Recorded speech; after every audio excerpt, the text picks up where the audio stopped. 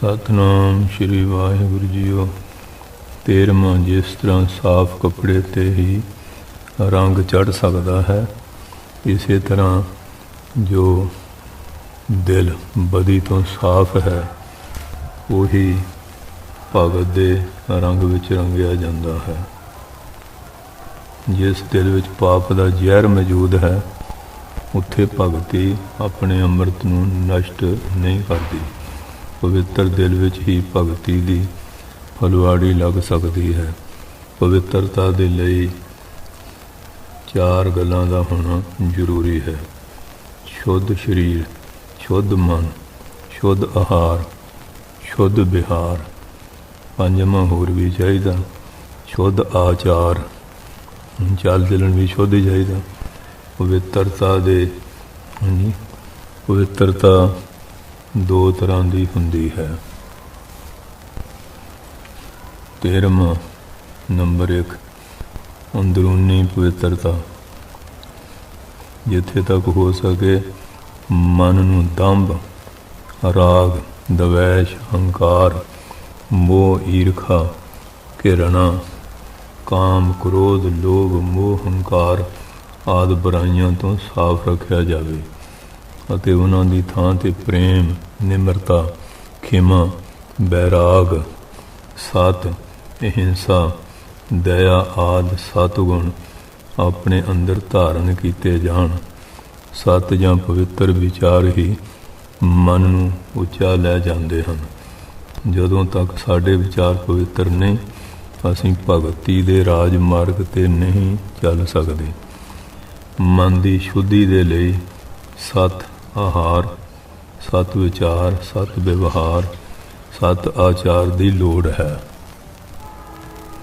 Number 13 ਦੂਜੀ ਬਾਹਰੀ ਪਵਿੱਤਰਤਾ। ਇਸ ਵਿੱਚ ਹੇਠ ਲਿਖੀਆਂ ਗੱਲਾਂ ਜ਼ਰੂਰੀ ਹਨ: ਸਰੀਰ ਅਤੇ ਕੱਪੜੇ ਸਾਫ਼ ਰੱਖਣੇ, ਨੇਕ ਕਮਾਈ ਦਾ ਪਵਿੱਤਰ ਧਨ, ਭੋਜਨ ਦੀ ਪਵਿੱਤਰਤਾ ਜਾਂ ਸ਼ੁੱਧ ਆਹਾਰ ਭਾਵ ਆਪ ਖਾਣ ਤੋਂ ਪਹਿਲਾਂ ਭਗਵਾਨ ਨੂੰ ਅਰਪਣ ਕਰਨਾ ਅਤੇ ਨੇਕ ਕਮਾਈ ਦਾ ਸਾਤਵਿਕ ਭੋਜਨ ਖਾਣਾ। ਸ਼ੁੱਧ ਵਿਵਹਾਰ, ਮਹਿਮਾਨ ਦਾ ਸਤਿਕਾਰ ਆਏਗਾ ਇਹਦਾ ਸਤਿਕਾਰ ਕਰਨਾ, ਵਿਹਿਤ ਕਰਮ ਕਰਨਾ ਆਦਿ, ਜਿਹਨੂੰ ਧਰਮ ਸ਼ਾਸਤਰ ਕੰਮ ਕਰਨ ਲਈ ਕਹਿੰਦੇ ਆ ਨਾ, ਉਹ ਕਰਮ ਕਰਨੇ। ਜਿਹਨੂੰ ਰਹਿਤ ਮਰਜ਼ਾਦਾ ਕਹਿੰਦੇ ਆ ਅਤੇ ਜਿਹਨੂੰ ਵੇਦ ਨਹੀਂ ਕਹਿੰਦਾ ਉਹਨੂੰ ਆਪਾਂ ਕਰਹਿਤ ਕਹਿ ਦਿੰਦੇ ਹਾਂ। ਕਰਹਿਤਾਂ ਤਿਆਗਣੀਆਂ, ਰਹਿਤ ਧਾਰਨੀ। 14ਵਾਂ ਕੋਮਲਤਾ। ਭਗਤ ਸਖਤ ਦਿਲ ਨਹੀਂ ਹੁੰਦਾ, ਉਹਦੇ ਦਿਲ 'ਚ ਬੜੀ ਨਰਮਤਾਈ ਹੁੰਦੀ ਹੈ। ਪੱਥਰ ਅਤੇ ਫੁੱਲ ਦਾ ਮੇਲ ਹੀ ਕੀ ਹੈ? ਪੱਥਰ ਕਠੋਰ ਆ, ਫੁੱਲ ਕੋਮਲ ਆ। ਜਦੋਂ ਤੱਕ ਭੂਮੀ ਦੀ ਸਖਤੀ ਨਾ ਟੁੱਟੇ ਉਸ ਵਿੱਚ ਕੁਝ ਉੱਗ ਹੀ ਨਹੀਂ ਸਕਦਾ। ਇਸੇ ਤਰ੍ਹਾਂ ਜਦੋਂ ਤੱਕ ਹਿਰਦਾ ਕੋਮਲ ਨਾ ਹੋਵੇ ਉਸ ਵਿੱਚ ਭਗਤੀ ਦਾ ਬੀਜ ਨਹੀਂ ਉੱਗਦਾ, ਕਿਉਂਕਿ ਹਿਰਦੇ ਦੇ ਕੋਮਲ ਅਨੁਰਾਗ ਦਾ ਨਾਮ ਹੀ ਤਾਂ ਭਗਤੀ ਹੈ। ਮਾਤਾ ਦੀ ਤਰ੍ਹਾਂ ਭਗਤ ਕੋਮਲਤਾ ਦੀ ਮੂਰਤ ਹੋਵੇ। ਉਸ ਦੇ ਮਨ ਵਿੱਚ ਮਨ, ਬਚਨ ਅਤੇ ਕਰਮ ਵਿੱਚ ਕਠੋਰਤਾ ਨਾ ਹੋਵੇ, ਕਿਉਂਕਿ ਪ੍ਰੇਮ ਦੀ ਫੁਲਵਾੜੀ ਕਠੋਰ ਦਿਲ ਨੂੰ ਆਪਣੇ ਅੰਦਰ ਆਉਣ ਦੀ ਆਗਿਆ ਨਹੀਂ ਦਿੰਦੀ। ਜੋ ਦਿਆਲੂ ਨਹੀਂ ਉਹ ਭਗਤ ਨਹੀਂ ਬਣ ਸਕਦਾ। 15ਵਾਂ ਨਿਮਰਤਾ। ਜਿੱਥੇ ਹੰਕਾਰ ਹੁੰਦਾ ਹੈ ਉੱਥੇ ਭਗਤੀ ਨਹੀਂ ਹੁੰਦੀ। ਉੱਚੇ ਟਿੱਬਿਆਂ 'ਤੇ ਪਾਣੀ ਨਹੀਂ ਠਹਿਰਦਾ, ਸਗੋਂ ਜੋੜਾਂ ਅਤੇ ਤਲਾਵਾਂ ਨੂੰ ਜਾ ਭਰਦਾ ਹੈ। ਇਸੇ ਤਰ੍ਹਾਂ ਜਿਸ ਨੂੰ ਆਪਣੀ ਜਾਤ, ਧਨ, ਬਲ, ਇਸਤਰੀ, ਪੁੱਤਰ, ਵਿੱਦਿਆ ਆਦਿ ਦਾ ਹੰਕਾਰ ਨਹੀਂ, ਭਗਤੀ ਉੱਥੇ ਆ ਕੇ ਡੇਰਾ ਲਾਉਂਦੀ ਹੈ। ਮੈਂ ਭਗਤੀ ਦੀ ਇਹ ਜਿਹੜੀ ਮੈਂ ਆ ਨਾ, ਭਗਤੀ ਦੀ ਉਹ ਸੌਕਣ ਹੈ ਜਿਸ ਨੂੰ ਉਹ ਸਹਿਣ ਨਹੀਂ ਕਰ ਸਕਦੀ। ਜਿਵੇਂ ਸੌਕਣ ਜਿਹੜੀ ਹੈ ਨਾ ਉਹ ਕਲਾ ਕਰਦੀ ਹੈ, ਇਸ ਤਰ੍ਹਾਂ ਜਿੱਥੇ ਹੰਕਾਰ ਆ ਉੱਥੇ ਫਿਰ ਭਗਤੀ ਕਿੱਥੇ ਰਹਿਣੀ ਹੈ। ਹੰਕਾਰੀ ਮਨ ਕਦੇ ਭਗਤ ਨਹੀਂ ਹੋ ਸਕਦਾ। ਭਗਵਾਨ ਦਾ ਨਾਮ ਗਰਭ ਪ੍ਰਹਾਰੀ ਹੈ, ਹੰਕਾਰ ਨੂੰ ਦੂਰ ਕਰਨ ਵਾਲਾ ਹੈ। ਭਗਤ ਰਵਿਦਾਸ ਜੀ ਮਹਾਰਾਜ ਦਾ ਬਚਨ ਹੈ: ਜਬ ਹਮ ਹੋਤੇ ਤਬ ਤੂ ਨਹੀਂ, अब तू ही मैं नहीं। जद तक मैं उदों तक भगवान नहीं, तो जिथे फिर वो आ जाता उत्थे मैं नहीं रहिंदी। 16वां बिरहा भाव दर्द ए फुरकत, जी इनू विछोड़ा कह देंगे। और पैंग्स ऑफ जी सपरेशन हो सकता है कि एक व्यक्ति सदाचारी, उदार, ਗਿਆਨੀ, पूजा पाठी ਅਤੇ ਰਹਿਣ ਸਹਿਣ ਵਿੱਚ ਸੂਰਜ ਚੰਦ ਜਿਹਾ ਨਿਯਮਬੱਧ ਹੋਵੇ। ਜਿਵੇਂ ਸੂਰਜ ਚੰਦ ਨਿਯਮ ਚੱਲਦੇ ਆ ਨਾ, ਨਿਯਮ ਹੋਣਾ ਚਾਹੀਦਾ। ਕੋਈ ਟਾਈਮ ਦੀ ਵੀ ਕਦਰ ਕਰਿਆ ਕਰੋ ਨਾ, ਸਮੇਂ ਦੀ ਕਦਰ ਨਹੀਂ ਕਰਦੇ।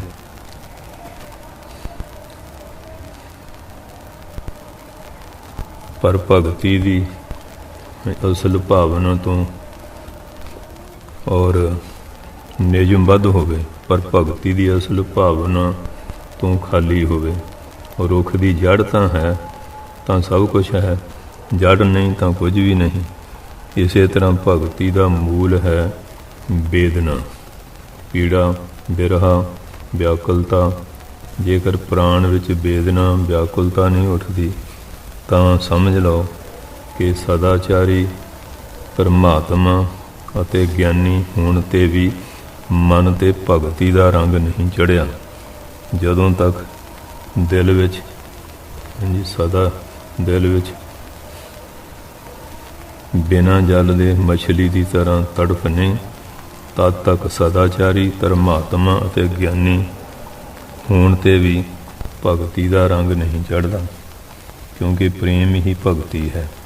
ਭਗਤਾਂ ਬਿਨਾਂ ਜਲ ਦੇ ਮਛਲੀ ਦੀ ਤਰ੍ਹਾਂ ਤੜਫਣ ਲੱਗ ਜਾਂਦਾ ਹੈ ਅਤੇ ਉਸ ਦਾ ਰੋਮ ਰੋਮ, ਤਨ, ਮਨ ਸਭ ਅਸਹਿ ਦਰਦ ਨਾਲ ਭਰ ਜਾਂਦਾ ਹੈ ਅਤੇ ਅੱਖਾਂ ਵਿੱਚੋਂ ਅਥਰੂਆਂ ਦਾ ਤੂਫਾਨ ਉਮੜ ਆਉਂਦਾ ਹੈ ਅਤੇ ਗਲਾ ਰੁਕ ਜਾਂਦਾ ਹੈ। ਭਗਵਾਨ ਜਿਸ ਨੂੰ ਆਪਣੀ ਭਗਤੀ ਦੇਣੀ ਚਾਹੁੰਦੇ ਹਨ, ਉਸ ਨੂੰ ਫਿਰ ਕਹਿੰਦੇ ਇਹਨੂੰ ਭਗਤੀ ਜਿਹਨੇ ਆਪਣੀ ਅਨੰਤ ਸੁੰਦਰਤਾ ਦੀ ਜਰਾ ਕੁ ਜਿੰਨੀ ਝਲਕ ਦਿਖਾ ਕੇ ਉਸ ਦਾ ਮਨ ਖੋਹ ਲੈਂਦੇ ਹਨ। ਉਹਨੂੰ ਜਿਹੜੇ ਦਰਸ਼ਨ ਦਿੰਦੇ ਆ ਫਿਰ ਖਿੱਚ ਲੈਂਦੇ ਆਪਣੇ ਨਾਲ। ਤਦ ਉਹ ਆਪਣੇ ਸਾਰੇ ਸਰੀਰ ਵਿੱਚ ਅਜਿਹੀ ਖਿੱਚ ਮਹਿਸੂਸ ਕਰਦਾ ਹੈ ਜਿਸ ਨਾਲ ਉਸ ਨੂੰ ਆਪਣਾ ਇੱਕ ਇੱਕ ਅੰਗ ਟੁੱਟਦਾ ਹੋਇਆ ਅਤੇ ਫਟਦਾ ਹੋਇਆ ਪ੍ਰਤੀਤ ਹੁੰਦਾ ਹੈ। ਵੇਦਨਾ ਦੀ ਅਵਸਥਾ ਵਿੱਚ ਤਾਂ ਜਾਨ ਨਿਕਲਦੀ ਮਹਿਸੂਸ ਹੁੰਦੀ ਹੈ। ਭਗਤੀ ਦੀ ਰੌ ਅਥਰੂਆਂ ਦੀ ਵਰਖਾ ਵਿੱਚ ਹੀ ਫੁੱਟਦੀ ਹੈ। ਇਹ ਬਿਰਹਾ, ਵੇਦਨਾ ਅਤੇ ਵਿਆਕੁਲਤਾ ਭਗਤੀ ਦੀ ਆਤਮਾ ਹੈ। ਇਸ ਦੇ ਬਿਨਾਂ ਭਗਤੀ ਦੀ ਸੰਭਾਵਨਾ ਨਹੀਂ। ਭਗਤ ਕਬੀਰ ਜੀ ਮਹਾਰਾਜ ਦਾ ਫਰਮਾਨ ਹੈ, ਆਰਾਮ ਵਿਯੋਗੀ ਨਾ ਜੀਐ, ਜੀਐ ਤਾਂ ਬੋਰਾ ਹੋਏ। ਉਹ ਤਾਂ ਉਹਦੇ ਪ੍ਰੇਮ 'ਚ ਹੀ ਮਸਤ ਹੋ ਜਾਂਦਾ। ਭਗਤ ਫਰੀਦ ਜੀ ਮਹਾਰਾਜ ਫਰਮਾਉਂਦੇ ਹਨ, ਫਰੀਦਾ ਜੇ ਤਨ ਬਿਰਹੋ ਨਾ ਉਪਜੈ, ਸੋ ਤਨ ਜਾਣ ਮਸਾਨ। ਜਿੱਥੇ ਕਹਿੰਦੇ ਵਿਛੋੜੇ ਦਾ ਦੁੱਖ ਨਹੀਂ, ਉਹਦਾ ਸ਼ਮਸ਼ਾਨ ਭੂਮੀ ਹੈ। ਜਦੋਂ ਪਿਆਸ ਦਾ ਦੁੱਖ ਹੁੰਦਾ ਹੈ ਉਦੋਂ ਹੀ ਜਲ ਪੀਣ ਵਿੱਚ ਸੁੱਖ ਮਹਿਸੂਸ ਹੁੰਦਾ ਹੈ। ਉਵੇਂ ਦਾ ਕੱਟੇ ਨੂੰ ਵੀ ਛੀਓ ਕਹੇ ਪਾਣੀ ਥੋੜ੍ਹੀ ਪੀਂਦਾ, ਪਿਆਸ ਲੱਗੀ ਹੋ ਤੇ ਆਪੇ ਹੀ ਦੌੜਦਾ। ਭੁੱਖ ਦਾ ਦੁੱਖ ਹੀ ਭੋਜਨ ਕਰਨ ਨਾਲ ਸੁੱਖ ਵਿੱਚ ਬਦਲ ਜਾਂਦਾ ਹੈ। ਇਸ ਤਰ੍ਹਾਂ ਪ੍ਰਭੂ ਬਿਰਹਾ ਵਿੱਚ ਵਿਆਕੁਲਤਾ ਹੀ ਪ੍ਰਭੂ ਮਿਲਾਪ ਦਾ ਸੁੱਖ ਦੇ ਸਕਦੀ ਹੈ। ਜਿਸ ਦੇ ਅੰਦਰ ਭਗਤੀ ਨਹੀਂ, ਉਹ ਕਦੇ ਵੀ ਬਿਰਹਾ ਵਿੱਚ ਤੜਫ ਨਹੀਂ ਸਕਦਾ। ਅੱਜ ਕੱਲ੍ਹ ਤਾਂ ਸੰਸਾਰ ਮਾਇਆਵਾਦ ਵੱਲ ਵਹਿੰਦਾ ਜਾ ਰਿਹਾ ਹੈ, ਰੂਹਾਨੀਅਤ ਨੂੰ ਕੋਈ ਪੁੱਛਦਾ ਵੀ ਨਹੀਂ। ਪਰ ਪ੍ਰਭੂ ਦਰਸ਼ਨ ਦੇ ਲਈ ਤਾਂ ਸੱਚੀ ਤੜਫ ਅਤੇ ਸੱਚੇ ਪ੍ਰੇਮ ਦੀ ਲੋੜ ਹੈ। ਇਹ ਤਾਂ ਪ੍ਰੇਮ ਦਾ ਸੌਦਾ ਹੈ। ਤੁਹਾਡੇ ਅੰਦਰ ਭੜਕਦੀ ਹੋਈ ਪ੍ਰਚੰਡ ਅੱਗ ਹੋਵੇ, ਦਰਸ਼ਨ ਦੀ ਪਿਆਸ ਹੋਵੇ, ਉਹਦੇ ਲਈ ਸੱਚੀ ਲਗਨ ਹੋਵੇ, ਦਿਲ ਵਿੱਚ ਭਗਵਾਨ ਨੂੰ ਮਿਲਣ ਦੀ ਤੀਬਰ ਇੱਛਾ ਹੋਵੇ। ਜਿਸ ਨੇ ਪ੍ਰੇਮ ਦੇ 2.5 ਅੱਖਰ ਪੜ੍ਹ ਲੈ, ਉਹ ਭਗਵਾਨ ਨੂੰ ਪਾ ਗਿਆ। ਕਵੀ ਇਕਬਾਲ ਕਹਿੰਦਾ ਹੈ ਕਿ ਇਹ ਭੋਲੇ ਮਨੁੱਖ ਬੁੱਧੀ ਦੇ ਦੁਆਰਾ ਇਸ਼ਕ ਦਾ ਰਸਤਾ ਤੈਅ ਕਰਨਾ ਚਾਹੁੰਦਾ ਹੈ। ਇਹ ਸਰਾਸਰ ਤੇਰੀ ਭੁੱਲ ਹੈ। ਤੂੰ ਚਤਰਾਈਆਂ ਨਾਲ ਰੱਬ ਨੂੰ ਪਾਉਣਾ ਚਾਹੁੰਦਾ, ਕਹਿੰਦੇ ਨਹੀਂ। ਇਸ ਨੂੰ ਤੈਅ ਕਰਨ ਦੇ ਲਈ ਸੱਚਾ ਪ੍ਰੇਮ ਅਤੇ ਸੱਚੀ ਲਗਨ ਚਾਹੀਦੀ ਹੈ। ਮਲਾਨਾ ਰੂਮੀ ਕਹਿੰਦੇ ਹਨ ਕਿ ਇਹ ਜੇ ਮਨੁੱਖ ਭਗਵਾਨ ਪ੍ਰਾਪਤੀ ਦੇ ਮਾਰਗ 'ਤੇ ਤੂੰ ਨਿਰਾਸ਼ ਹੋ ਕੇ ਹਿੰਮਤ ਨਾ ਹਾਰ ਬੈਠੀ ਅਤੇ ਨਿਰਾਸ਼ਾ ਵਿੱਚ ਠੰਡਾ ਸਾਹ ਵੀ ਨਾ ਲਈ। ਤੈਨੂੰ ਚਾਹੀਦਾ ਹੈ ਕਿ ਤੂੰ ਆਪਣੇ ਦਿਲ ਦੇ ਦਰਦ ਦਾ ਵੀ ਦਰਦ ਪੈਦਾ ਕਰ, ਭਾਵ ਅੰਤਾਂ ਦਾ ਦਰਦ ਪੈਦਾ ਕਰ। ਤੇਰੇ ਦਰਦ ਦਾ ਇਲਾਜ ਕਰਨ ਵਾਲਾ ਹਕੀਮ ਤੇਰੇ ਕੋਲ ਆਪ ਹੀ ਪਹੁੰਚ ਜਾਵੇਗਾ। ਹੁਣ ਗੁਰੂ ਮਹਾਰਾਜ ਧੰਨ ਗੁਰੂ ਨਾਨਕ ਸਾਹਿਬ ਆਪੇ ਹੀ ਚਲੇ ਜਾਂਦੇ ਸੀ ਨਾ, ਇਹੋ ਜਿਹੇ ਵੈਦ ਆਪ ਜਾਂਦੇ ਸੀ। ਪਰਮਾਤਮਾ ਦੀ ਭਗਤੀ ਵਿੱਚ ਦਿਖਾਵੇ ਨਾਲ ਕੁਝ ਨਹੀਂ ਬਣਦਾ। ਸ਼ੇਰ ਦੀ ਖੱਲ ਪਾਉਣ ਨਾਲ ਬੱਕਰੀ ਵਿੱਚ ਸ਼ੇਰ ਦੇ ਗੁਣ ਨਹੀਂ ਆ ਸਕਦੇ। ਇਸ ਤਰ੍ਹਾਂ ਹਾਂਜੀ ਜੋਗੀਆ ਰੰਗ ਦੇ ਕੱਪੜੇ ਪਹਿਨ ਕੇ ਮਨੁੱਖ ਜੋਗੀ ਨਹੀਂ ਬਣ ਸਕਦਾ। ਹੱਥ ਵਿੱਚ ਮਾਲਾ ਰੱਖਣ ਨਾਲ ਭਗਤ ਨਹੀਂ ਬਣ ਸਕਦਾ। ਭੇਖ ਪਰਾਵੇ ਵਿੱਚ ਜੋਗ ਨਹੀਂ।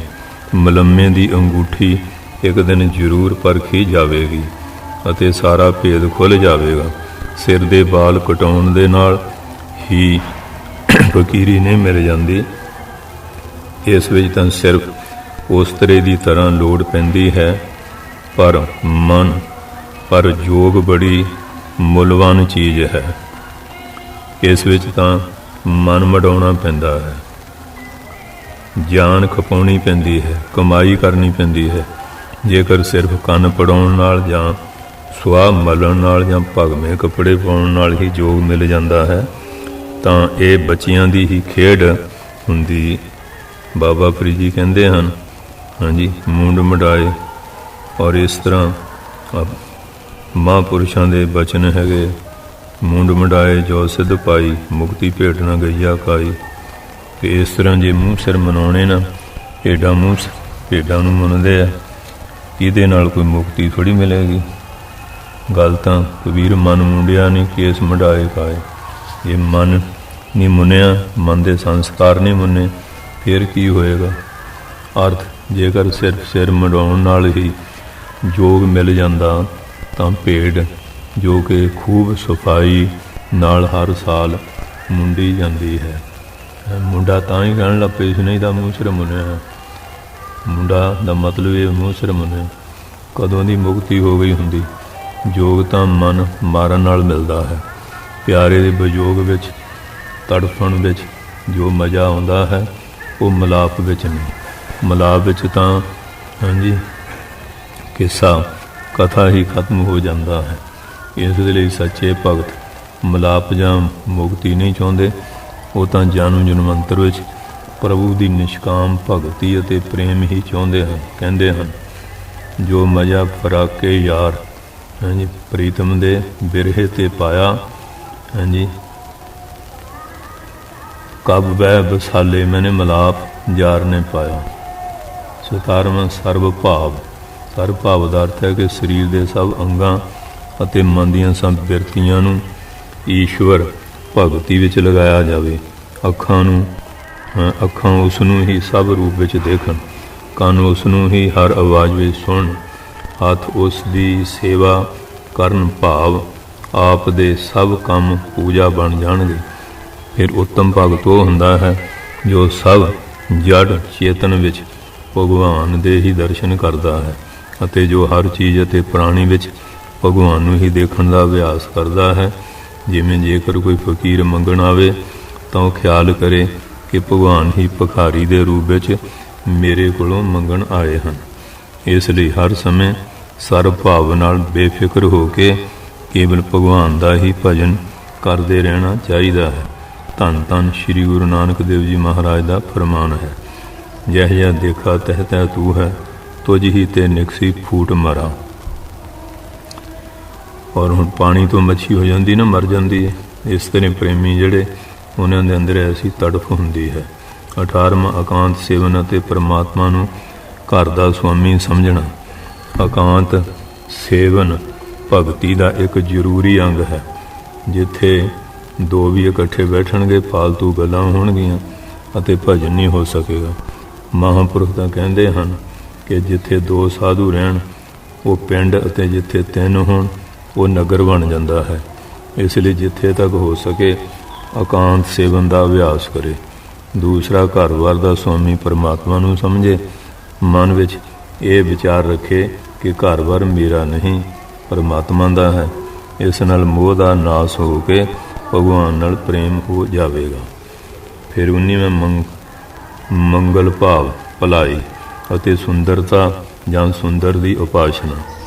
ਬੂਟੇ ਅਤੇ ਸਰੀਰ ਦੇ ਵਿਕਾਸ ਦੇ ਲਈ ਠੀਕ ਭੋਜਨ ਦਾ ਮਿਲਣਾ ਜ਼ਰੂਰੀ ਹੈ। ਇਸ ਤਰ੍ਹਾਂ ਭਗਤੀ ਵੀ ਭੋਜਨ ਚਾਹੁੰਦੀ ਹੈ, ਨਹੀਂ ਤਾਂ ਸੁੱਕ ਕੇ ਕੁਮਲਾ ਜਾਂਦੀ ਹੈ। ਠੀਕ ਉਚਿਤ ਭੋਜਨ ਮਿਲਣ ਨਾਲ ਵੱਧਦੀ ਹੈ। ਭਗਤੀ ਆਤਮਾ ਦੀ ਭੂਮੀ ਵਿੱਚ ਹੇਠ ਲਿਖੇ 2 ਗੁਣ ਚੂਸ ਕੇ ਪਲਦੀ ਹੈ ਅਤੇ ਵੱਧਦੀ ਹੈ। 19ਵਾਂ ਨੰਬਰ 1 ਮੰਗਲ ਭਾਵ।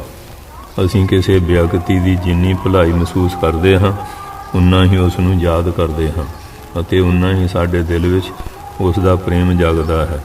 ਇਸੇ ਤਰ੍ਹਾਂ ਸ਼ਿਵ ਰੂਪ ਪਰਮਾਤਮਾ ਨੂੰ ਪੂਰਨ ਭਲਾਈ ਅਤੇ ਪ੍ਰੇਮ ਦੇ ਰੂਪ ਵਿੱਚ ਜਿੰਨਾ ਯਾਦ ਕੀਤਾ ਜਾਵੇਗਾ, ਉਨੀ ਹੀ ਈਸ਼ਵਰ ਦੀ ਭਗਤੀ ਸਾਡੇ ਮਨ ਵਿੱਚ ਠਾਠਾਂ ਮਾਰੇਗੀ। ਜੋ ਮਨੁੱਖ ਹਰਦਮ ਭਗਵਾਨ ਨੂੰ ਭਲਾ ਭਲਾ ਕਹਿੰਦਾ ਹੋਇਆ ਉਸ ਤੋਂ ਹਰ ਅਵਸਥਾ ਵਿੱਚ ਭਲਾਈ ਹੀ ਦੇਖਦਾ ਹੈ, ਉਸ ਵਿੱਚ ਈਸ਼ਵਰ ਭਗਤੀ ਦਮ-ਦਮ ਜਾਗਦੀ ਅਤੇ ਵੱਧਦੀ ਜਾਂਦੀ ਹੈ ਅਤੇ ਉਹੀ ਪ੍ਰੇਮ ਦਾ ਅੰਮ੍ਰਿਤ ਪੀ ਸਕਦਾ ਹੈ। ਈਸ਼ਵਰ ਪ੍ਰੇਮਮਈ ਹੈ, ਉਸ ਨਾਲ ਕੇਵਲ ਭਲਾਈ ਹੀ ਹੋ ਸਕਦੀ ਹੈ, ਬੁਰਾਈ ਕਦੇ ਨਹੀਂ ਹੋ ਸਕਦੀ। ਇਹ ਨਿਸ਼ਚਾ ਮਨ ਦੇ ਸੁੱਤੇ ਹੋਏ ਪ੍ਰੇਮ ਨੂੰ ਜਗਾ ਸਕਦਾ ਹੈ। ਈਸ਼ਵਰ ਦੀ ਭਲਾਈ ਦਾ ਚਿੰਤਨ ਕਰਨਾ ਭਗਤੀ ਦਾ ਆਰੰਭ ਹੈ। ਇਸ ਨਾਲ ਮਨ ਵਿੱਚ ਅਜੀਬ ਸ਼ਾਂਤੀ, ਬੇਫਿਕਰੀ, ਧੀਰਜ, ਕੋਮਲਤਾ ਅਤੇ ਮਧੁਰਤਾ ਮਿਠਾਸ ਆਉਂਦੀ ਹੈ। ਇਸ ਤਰ੍ਹਾਂ ਭਗਤੀ ਦਾ ਸਾਧਨ ਸਿਮਰਨ ਤੋਂ ਆਰੰਭ ਹੁੰਦਾ ਹੈ। ਭਗਤ ਸਭ ਚੀਜ਼ਾਂ ਵਿੱਚ ਆਪਣੀ ਭਲਾਈ ਦਾ ਸਮਾਨ ਦੇਖ ਕੇ ਪ੍ਰੇਮ ਸਰੂਪ ਪਰਮਾਤਮਾ ਨੂੰ ਪ੍ਰੇਮ ਨਾਲ ਯਾਦ ਕਰਦਾ ਹੈ ਅਤੇ ਵਿਸ਼ਵਾਸ ਦੀ ਭੂਮੀ 'ਤੇ ਆਸਣ ਜਮਾ ਕੇ ਸ਼ਿਵ ਭਲਾ ਦੀ ਉਪਾਸਨਾ ਸ਼ੁਰੂ ਕਰਦਾ ਹੈ, ਕਲਿਆਣ ਸਰੂਪ ਦੀ। ਜਿਉਂ-ਜਿਉਂ ਇਹ ਅਭਿਆਸ ਕਰਦਾ ਹੈ, ਤਿਉਂ-ਤਿਉਂ ਉਸ ਦਾ ਪੱਥਰ ਦਿਲ ਮੋਮ ਹੋਣ ਲੱਗਦਾ ਹੈ। ਪ੍ਰੇਮ ਹੀ ਪ੍ਰੇਮ ਨੂੰ ਜਗਾਉਂਦਾ ਹੈ। ਇਸੇ ਤਰ੍ਹਾਂ ਉਹਦੇ ਮਨ ਵਿੱਚ ਪ੍ਰੇਮ ਦਾ ਬੀਜਿਆ ਹੋਇਆ ਬੀਜ ਫੁੱਟਣ ਲੱਗਦਾ ਹੈ। ਅੱਖਾਂ ਵਿੱਚ ਤਰੀ ਪ੍ਰਗਟ ਹੋਣ ਲੱਗਦੀ ਹੈ, ਅੱਖਾਂ 'ਚ ਅੱਥਰੂ ਆਉਣ ਲੱਗ ਜਾਂਦੇ। ਇਹ ਸਿਮਰਨ ਦੇ ਨਾਲ ਭਗਤੀ ਪੂਰਨਤਾ ਤੱਕ ਪਹੁੰਚ ਜਾਂਦੀ ਹੈ। ਚਿੱਤ ਵਿੱਚ ਸ਼ਾਂਤੀ ਆਉਂਦੀ ਹੈ ਅਤੇ ਅਜਿਹਾ ਮਹਿਸੂਸ ਹੁੰਦਾ ਹੈ ਕਿ ਜਿਵੇਂ ਉਜੜਿਆ ਹੋਇਆ ਘਰ ਬਸਣ ਲੱਗਦਾ ਹੈ। ਦਿਲ ਦੀ ਕੋਮਲਤਾ ਵੱਧ ਜਾਂਦੀ ਹੈ ਅਤੇ ਇਸ ਤਰ੍ਹਾਂ ਸਿਮਰਨ ਨਾਲ ਅੰਤ ਵਿੱਚ ਭਗਵਾਨ ਦੇ ਸਾਖਿਆਤ ਦਰਸ਼ਨ ਹੋਣ ਲੱਗਦੇ ਹਨ। 19ਵਾਂ ਨੰਬਰ 2 ਸੁੰਦਰਤਾ ਭਗਤੀ ਦੇ ਲਈ ਭੋਜਨ ਹੀ ਨਹੀਂ ਸਗੋਂ ਮਿਠਾਈ ਹੈ। ਜੋ ਦਿਲ ਸੁੰਦਰਤਾ ਦੀ ਭਾਵਨਾ ਤੋਂ ਖਾਲੀ ਹੈ, ਉਹ ਇੱਕ ਐਸਾ ਪੱਥਰ ਹੈ ਜਿਸ ਤੋਂ ਭਗਤੀ ਦਾ ਫੁੱਲ ਨਹੀਂ ਉੱਗ ਸਕਦਾ। ਸੁੰਦਰਤਾ ਦਾ ਭਾਵ ਅਹਿਸਾਸ ਦਿਲ ਵਿੱਚ ਨਾ ਕੇਵਲ ਪ੍ਰੇਮ ਨੂੰ ਉਭਾਰਦਾ ਹੈ, ਸਗੋਂ ਇੱਕ ਤਰ੍ਹਾਂ ਦੀ ਮਸਤੀ ਲਿਆਉਂਦਾ ਹੈ। ਜੋ ਭਗਵਾਨ ਨੂੰ ਸਿਰਫ ਸਰਵਵਿਆਪੀ, ਸਰਬੱਗ, ਸਰਵ ਸ਼ਕਤੀਮਾਨ ਆਦਿ ਜਾਣ ਕੇ ਉਪਾਸਨਾ ਕਰਦੇ ਹਾਂ, ਉਹ ਭਗਤੀ ਦੀ ਸਾਰ ਨੂੰ ਨਹੀਂ ਜਾਣਦੇ। ਭਗਤੀ ਤਾਂ ਸੁੰਦਰਤਾ 'ਤੇ ਜਿਉਂਦੀ ਹੈ। ਦਿਲ ਵਿੱਚ ਜਿੰਨਾ ਭਗਵਾਨ ਦੀ ਸੁੰਦਰਤਾ ਦਾ ਖਿਆਲ ਆਵੇਗਾ, ਉਨੀ ਹੀ ਪ੍ਰੇਮ ਅਤੇ ਮਸਤੀ ਵੱਧਦੀ ਜਾਵੇਗੀ। ਅੰਤ ਵਿੱਚ ਭਗਤੀ ਮਸਤੀ ਭਰੀ ਭਗਤੀ ਵਿੱਚ ਬਦਲ ਜਾਵੇਗੀ। ਪ੍ਰੀਤੀ ਭਗਤੀ ਦਾ ਆਰੰਭ ਅਤੇ ਮਸਤੀ ਭਗਤੀ ਦੀ ਪਰਾਕਾਸ਼ਠਾ ਹੈ, ਜਿੱਥੇ ਜਾ ਕੇ ਫਿਰ ਮੰਜ਼ਿਲ ਮਿਲਦੀ ਹੈ। ਇਹ ਮਸਤੀ ਸਿਰਫ ਸੁੰਦਰ ਸਰੂਪ ਦੀ ਉਪਾਸਨਾ ਨਾਲ ਪ੍ਰਾਪਤ ਹੁੰਦੀ ਹੈ। ਇਸ ਲਈ ਆਪਣੇ ਦਿਲ ਵਿੱਚ ਭਗਵਾਨ ਦੀ ਅਨੰਤ ਸੁੰਦਰਤਾ ਦਾ ਭਾਵ ਅਹਿਸਾਸ ਕਰੇ। ਜੋ ਬਾਣੀ 'ਚ ਵੀ ਨਾ, ਸ਼ਿਆਮ ਸੁੰਦਰਤਾ ਜੋ ਨੀਂਦੀ ਕਿਉਂ ਆਈ, ਮਹਾ ਮੋਹਨੀ ਦੂਤਾਂ ਲਾਈ, ਪ੍ਰੇਮ ਵਿਛੋਹਾ ਕਰਤ ਕਸਾਈ, ਨਿਰਦੈ ਜੰਤ ਦਇਆ ਨਾ ਪਾਈ। ਜੇ ਦਿਲ ਸੁੰਦਰ ਦੇ ਦਰਸ਼ਨ ਨਾਲ ਮਸਤ ਹੋਇਆ ਹੈ, ਉਸ ਦੀ ਮਸਤੀ ਅਸਥਾਈ ਆਰਜੀ ਨਹੀਂ ਹੁੰਦੀ। ਜਿਸ ਤਰ੍ਹਾਂ ਮਨੁੱਖ ਰੋਜ਼ ਨਹਾ ਕੇ ਸਾਰਾ ਦਿਨ ਉਹਦਾ ਪ੍ਰਭਾਵ ਮਹਿਸੂਸ ਕਰਦਾ ਹੈ, ਉਸੇ ਤਰ੍ਹਾਂ ਜਿਸ ਨੇ ਸੁੰਦਰਤਾ ਦੇ ਅੰਮ੍ਰਿਤ ਦਾ ਇੱਕ ਘੁੱਟ ਵੀ ਪੀਤਾ ਹੈ, ਉਸ 'ਤੇ ਤਾਜ਼ਗੀ ਦਾ ਪ੍ਰਭਾਵ ਮੌਜੂਦ ਰਹਿੰਦਾ ਹੈ। ਭਗਤੀ ਦੀ ਮਸਤੀ ਹੋਰ ਨਸ਼ਿਆਂ ਦੀ ਤਰ੍ਹਾਂ ਦਿਮਾਗੀ ਹਾਲਤ ਦਾ ਨਤੀਜਾ ਨਹੀਂ ਹੁੰਦੀ। ਸਗੋਂ ਇਹ ਰੂਹਾਨੀਅਤ ਦੀ ਲਹਿਰ ਹੁੰਦੀ ਹੈ ਜੋ ਦਿਲ ਨੂੰ ਸਰਸਬਜ਼, ਹਰਿਆ ਭਰਿਆ ਅਤੇ ਪ੍ਰਫੁੱਲਤ ਕਰ ਦਿੰਦੀ ਹੈ। ਉਸ ਦੇ ਅੰਦਰ ਹਰ ਹਾਲਤ ਵਿੱਚ ਆਨੰਦ ਅਤੇ ਮਸਤੀ ਦਾ ਚਸ਼ਮਾ ਜਾਰੀ ਰਹਿੰਦਾ ਹੈ। ਦੂਸਰੇ ਨਸ਼ਿਆਂ ਦੀ ਮਦਹੋਸ਼ੀ ਮਸਤੀ ਦੇ ਉਲਟ ਭਗਤੀ ਦੀ ਮਸਤੀ ਬਾਹੋਸ਼ ਹੁੰਦੀ ਹੈ।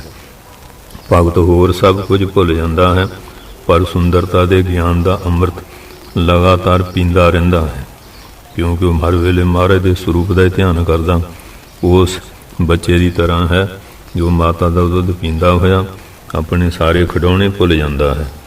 ਜਿਸ ਮਸਤੀ ਵਿੱਚ ਮਦਹੋਸ਼ੀ ਨਾ ਹੋਵੇ, ਭਾਵ ਜਿਸ ਸੁੰਦਰ ਦੇ ਗਿਆਨ ਦੀ ਜੋਤੀ ਨਾ ਹੋਵੇ, ਉਹ ਸੁੰਨੇ ਅਤੇ ਬਿਨਾਂ ਦੀਵੇ ਦੇ ਘਰ ਦੀ ਤਰ੍ਹਾਂ ਹੈ। ਅਜਿਹੀ ਹਾਲਤ ਤਾਂ ਵੱਡੇ ਸੁਪਨੇ ਅਤੇ ਬੇਗਸ਼ੀ ਬੇਹੋਸ਼ੀ ਦੇ ਬਰਾਬਰ ਹੀ ਹੈ। ਭਗਤ ਨੂੰ ਤਾਂ ਬੇਹੋਸ਼ੀ ਵਿੱਚ ਕਮਾਲ ਦਾ ਹੋਸ਼ ਹੁੰਦਾ ਹੈ ਅਤੇ ਉਹ ਤਾਂ ਮਿਠਾਸ ਦੇ ਚਸ਼ਮੇ ਤੋਂ ਲਗਾਤਾਰ ਅੰਮ੍ਰਿਤ ਪਾਨ ਕਰਦਾ ਰਹਿੰਦਾ ਹੈ। ਸ਼ਿਵ ਭਲਾ ਜਾਂ ਪ੍ਰੇਮ ਸਰੂਪ ਦੀ ਉਪਾਸਨਾ ਆਪਣੀ ਪਰਾਕਾਸ਼ਠਾ ਮੈਨੇ ਪੂਰਨਤਾ ਤੇ ਪਹੁੰਚ ਕੇ ਸੁੰਦਰ ਦੀ ਉਪਾਸਨਾ ਬਣ ਜਾਂਦੀ ਹੈ। ਤੱਕਦੇ ਤੱਕਦੇ ਪ੍ਰੇਮ ਦਾ ਗਾੜਾਪਨ ਅਤੇ ਘਣਤਾ ਨਾਲ ਭਗਵਾਨ ਸੁੰਦਰ ਰੂਪ ਵਿੱਚ ਦਰਸ਼ਨ ਦੇਣ ਲੱਗਦੇ ਹਨ। ਉੱਥੇ ਗਾੜੀ ਪ੍ਰੀਤੀ ਪੈਦਾ ਹੋ ਜਾਂਦੀ ਹੈ। ਸ਼ਿਵ ਸਰੂਪ ਦੀ ਉਪਾਸਨਾ ਤਾਂ ਭਗਤ ਦੇ ਹਿਰਦੇ ਨੂੰ ਪਗਲਾ ਕੇ ਉਹਦੇ ਅਥਰੂਆਂ ਦੀ ਵਰਖਾ ਲਿਆਉਂਦੀ ਹੈ, ਜਿਹੜਾ ਕਲਿਆਣ ਸਰੂਪ ਹੈ, ਅਤੇ ਪ੍ਰੇਮ ਦੀ ਨਦੀ ਵਹਾਉਂਦੀ ਹੈ। ਪਰ ਸੁੰਦਰ ਦੀ ਉਪਾਸਨਾ ਉਸ ਨੂੰ ਮੁਗਧ ਅਤੇ ਮਤਵਾਲਾ ਬਣਾ ਕੇ ਮਸਤੀ ਵਿੱਚ ਨਚਾਉਂਦੀ ਹੈ। ਪ੍ਰੇਮ ਸਰੂਪ ਦੀ ਉਪਾਸਨਾ ਤਾਂ ਹੰਕਾਰ ਦੀ ਕਠੋਰਤਾ ਨੂੰ ਪਗਲਾਉਂਦੀ ਹੈ ਅਤੇ ਹਿਰਦੇ ਨੂੰ ਕੋਮਲ ਬਣਾਉਂਦੀ ਹੈ, ਪਰ ਸੁੰਦਰ ਦੀ ਉਪਾਸਨਾ ਉਸ ਨੂੰ ਉੱਪਰ ਚੁੱਕਦੀ ਹੈ ਅਤੇ ਹਿਰਦੇ ਨੂੰ ਆਨੰਦ ਵਿੱਚ ਵਹਾ ਕੇ ਲੈ ਜਾਂਦੀ ਹੈ। ਪ੍ਰੇਮ ਰੂਪ ਵਿੱਚ ਪ੍ਰੇਮ ਦਾ ਲੈਣ ਦੇਣ ਹੁੰਦਾ ਹੈ, ਪਰ ਸੁੰਦਰ ਰੂਪ ਵਿੱਚ ਉਪਾਸਕ ਅਤੇ ਆਪਣੇ ਉਪਾਸਕ ਦਾ ਰੂਪ ਹੀ ਹੋ ਜਾਂਦਾ ਹੈ। ਉਹ ਆਪਣੇ ਵਿਛੋੜੇ ਨੂੰ ਦੇਖਦਾ ਅਤੇ ਜਾਣਦਾ ਨਹੀਂ। ਉਹ ਤਾਂ ਭਗਤੀ ਰਸ ਵਿੱਚ ਚੂਰ ਹੋ ਕੇ ਮੈਂ ਤੂੰ ਅਤੇ ਤੂੰ ਮੈਂ ਦਾ ਗੀਤ ਗਾਉਣ ਲੱਗਦਾ ਹੈ। ਉਹ ਬਿਲਕੁਲ ਨਿਰਭੈ ਹੋ ਜਾਂਦਾ ਹੈ ਅਤੇ ਉਹਦੇ ਮਨ ਤੋਂ ਲੋਕ ਲਾਜ ਅਤੇ ਸ਼ਾਸਤਰ ਲਾਜ ਉੱਠ ਜਾਂਦੀ ਹੈ। ਉਹ ਫਿਰ ਇਹਨਾਂ ਕਹਿੰਦੇ ਨਾ, ਲੋਕ ਪਤੀਣੇ ਕੁਛ ਨ ਹੋਵੇ ਨਾ ਹੀ ਰਾਮੇ ਆਣ, ਮਾਤਰ ਪਿੱਤਰ ਤਿਆਗ ਕੇ ਪ੍ਰੀਤ ਚਰਨ ਕਬੀਰਾ, ਐਸੀ ਅਵਸਥਾ ਬਣ ਜਾਂਦੀ ਹੈ। ਇਸ ਲਈ ਕਰਮਕਾਂਡੀ ਉਸ ਨੂੰ ਦੀਵਾਨਾ ਕਹਿੰਦੇ ਹਨ, ਪਰ ਉਹ ਤਾਂ ਆਪਣੇ ਆਨੰਦ ਦੇ ਨਸ਼ੇ ਵਿੱਚ ਡੁੱਬਿਆ ਰਹਿੰਦਾ ਹੈ।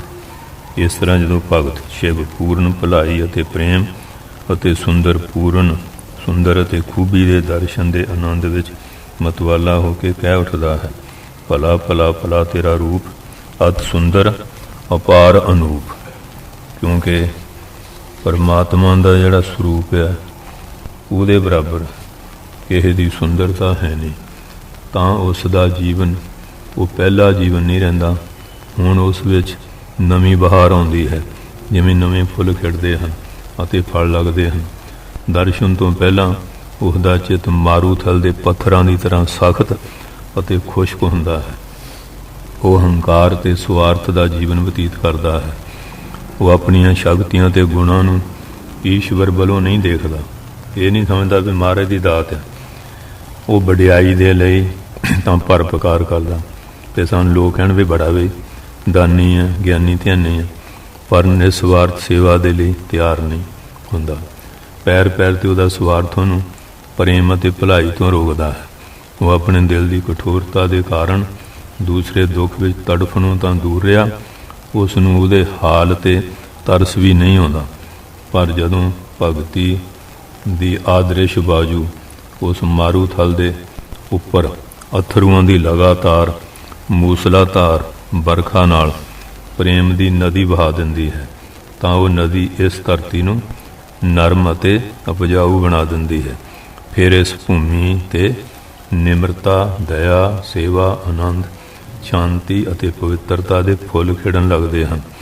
ਇਸ ਤਰ੍ਹਾਂ ਭਗਤੀ ਦੇ ਵਧਣ ਨਾਲ ਜੋ ਦਿਲ ਪਹਿਲਾਂ ਮਾਰੂਥਲ ਦਾ ਸਖਤ ਕੰਡਾ ਸੀ, ਉਹ ਗੁਲਜ਼ਾਰ ਵਿੱਚ ਬਦਲ ਗਿਆ, ਫੁਲਵਾੜੀ ਬਣ ਗਿਆ।